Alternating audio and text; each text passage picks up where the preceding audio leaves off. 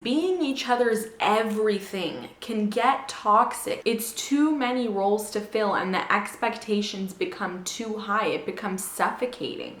It's not a mutualistic relationship anymore. Hello everyone, my name is Rulla. Welcome back to my channel. Here we help people become the best version of themselves, so make sure to subscribe and give me a thumbs up if you like this video. I've done a few dating videos in the past. They're actually my most popular videos on this channel, which is insane.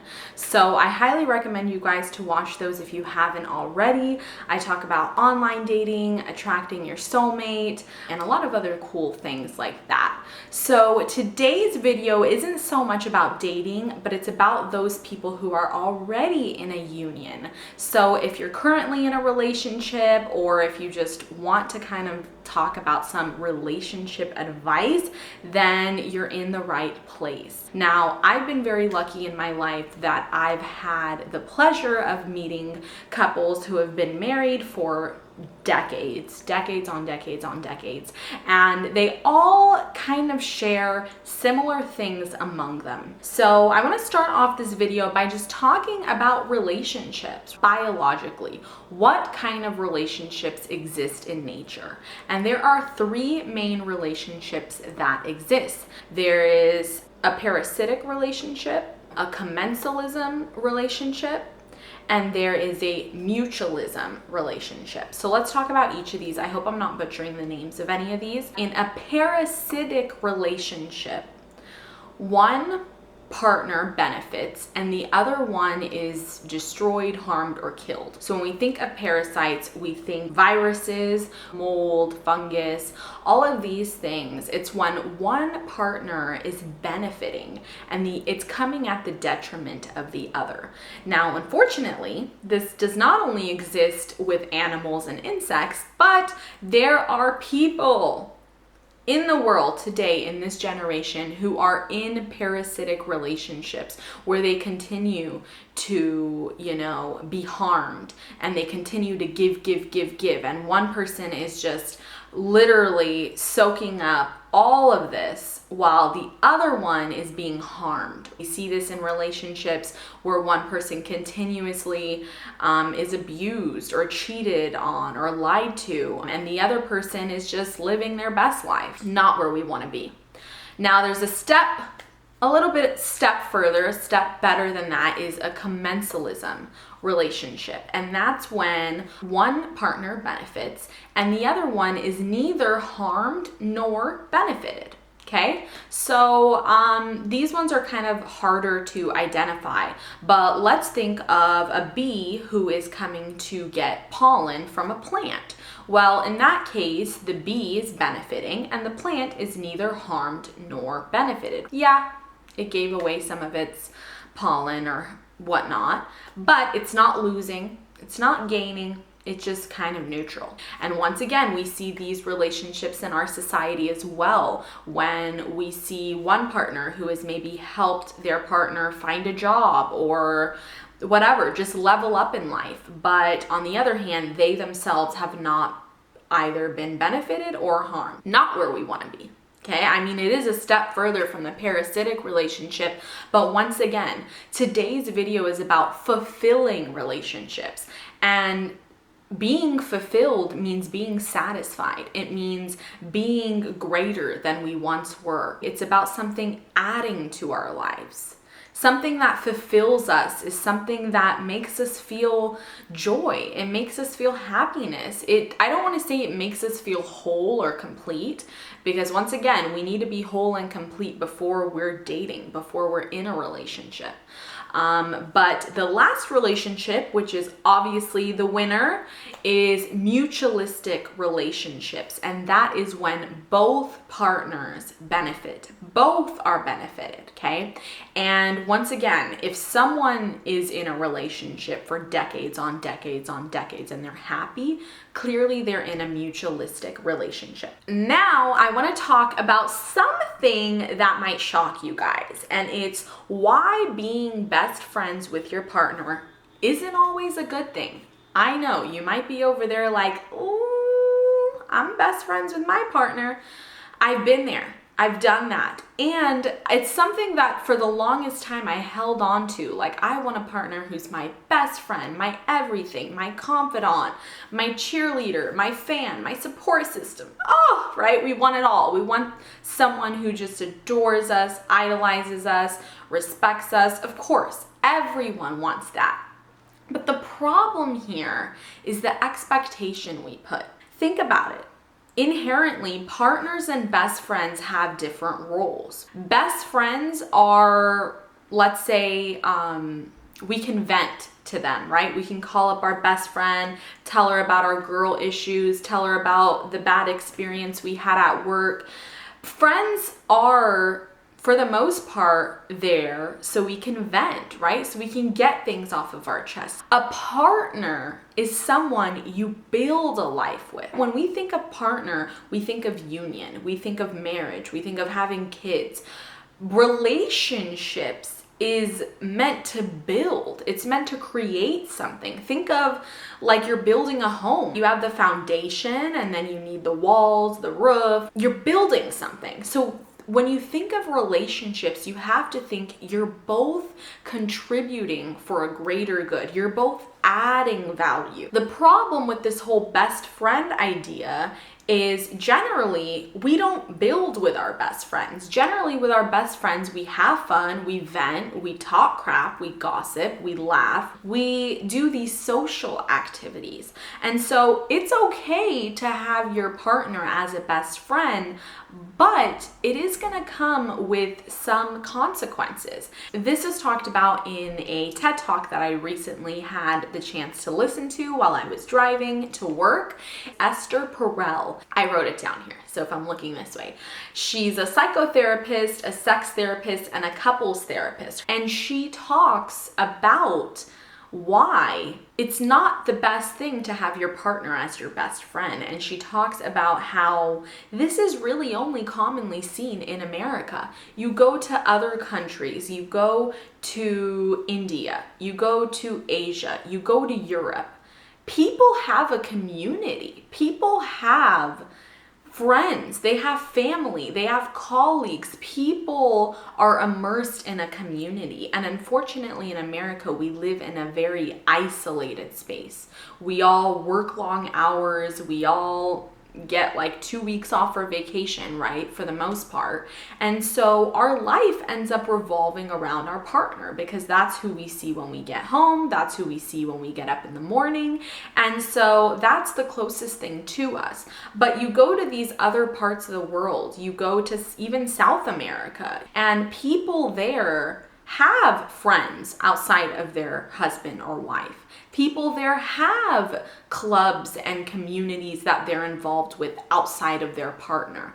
And it actually ends up being a more wholesome relationship because they're able to categorize their life. Their partner plays a certain role in their life and their friends plays a different role. So can't you see how it can be a little bit tricky if you want to talk to your partner about something that's private or maybe something that happened in your past that they're not aware of? Couldn't you see how in that case it's smarter to talk to a family member or possibly a long-term friend? This isn't to say don't be best friends with your partner. It's very important to have strong communication, trust, all those things. This video isn't about the basics. We all know that fulfilling relationships require trust, honesty, communication. That's the obvious. We're talking about the things you wouldn't expect.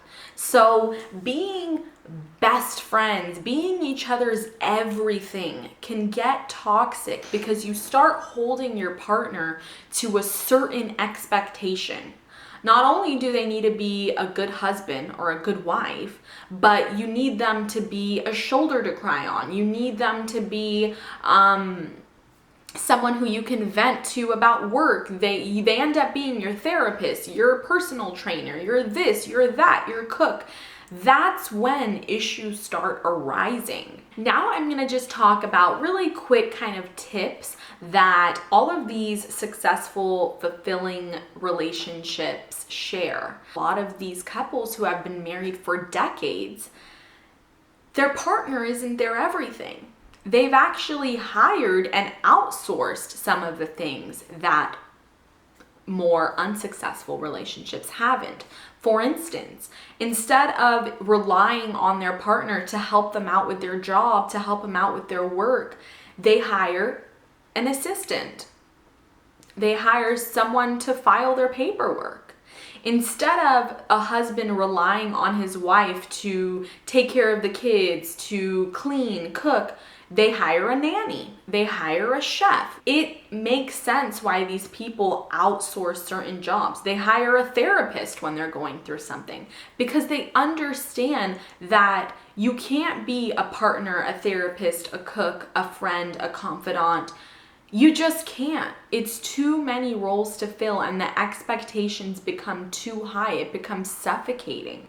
It's not a mutualistic relationship anymore. It starts becoming a parasitic or a commensalism relationship. So next time you want to rely on your partner for everything and then you wonder why they get scared or they retreat, start thinking you should diversify. You should have more support than just one person. You should have a tribe behind you. And actually, it's better that way because then you don't have all this pressure and expectation to constantly be serving your partner, whatever role it is that they want you to fulfill that day. They show each other appreciation. Regardless of how many years have passed, whether it's a handwritten note, whether it's sending flowers to their work unexpectedly, they show each other appreciation. They send each other that random, I love you text. I'm so grateful for the life we've built.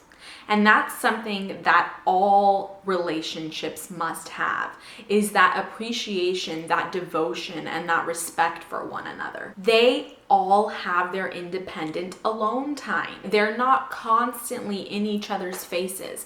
Even if, let's say, they work together, they have a business together, they'll still have gym classes that they attend by themselves. They'll still have brunches that they attend by themselves. They still have some work trips that they'll attend by themselves, or maybe some speaking engagements or writing, book signing. They do some things by themselves. They have separate hobbies and activities from their partner. Once again, I'm not saying everything has to be separate. Maybe they both like playing tennis together. However, the husband likes biking and the wife doesn't. So he bikes with his buddies or he bikes at a cycle class. They have independent identities from one another. It's not just my husband is this kind of person, so I became a carbon copy of him. They remain themselves. And they contribute to the union in a unique way. Another thing that all fulfilling relationships do is each partner takes the pressure off one another every once in a while. Whether it's, I'll wash the dishes tonight, honey, or I'll drop the kids off today, or you know what? I'm gonna take care of the laundry. I'm gonna go to the store for us today. These small things add up, and it shows that our partner doesn't just care about us, they care about our time and they care about our effort and energy. And so without even asking, they're willing to be selfless in an act for us. Another thing that I've realized is shared in common between these couples is they share tips, but they don't necessarily advise. And what I mean by that, instead of just telling them what to do, they're sharing a tidbit from their own experience and they're allowing the other person to make the final decision themselves. Because what happens when we get advice from our partner, we hold them to it. If our partner tells us, go buy Bitcoin, I became a millionaire off that, and we buy Bitcoin and we go broke, we're gonna go blame our partner and tell them it was because of you, I listened to you, you were wrong. So instead, it's important for us to share with our partner. Well, I got lucky, I bought Bitcoin at a good time and I made some profit, but it is risky. The final decision's on you.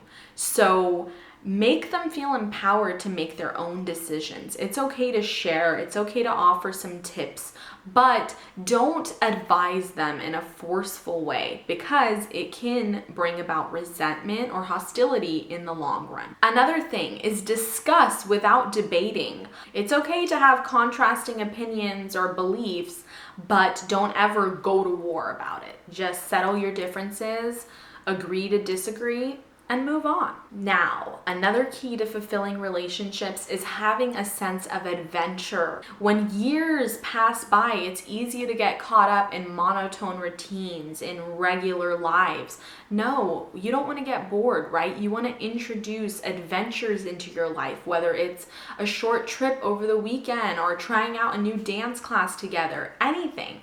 Just make sure that you're constantly incorporating adventure and travel and different experiences into your life. And last but not least, all of these fulfilling relationships still have a tad of mystery involved. What I mean by that is you're never gonna get to that point where you feel, I don't know what to talk about, or we've shared everything with each other, like there's no part of him that I haven't explored. That can be a bit much, you guys. It's okay to have certain experiences, certain things you've gone through, maybe with an ex-boyfriend, maybe with certain friendships. You don't need to share every single moment of every single day of every single experience with your partner. Of course, you're gonna share the bulk of it. Of course, you guys are gonna be a team, a union. You're not gonna keep things from them maliciously to lie or cheat or hide.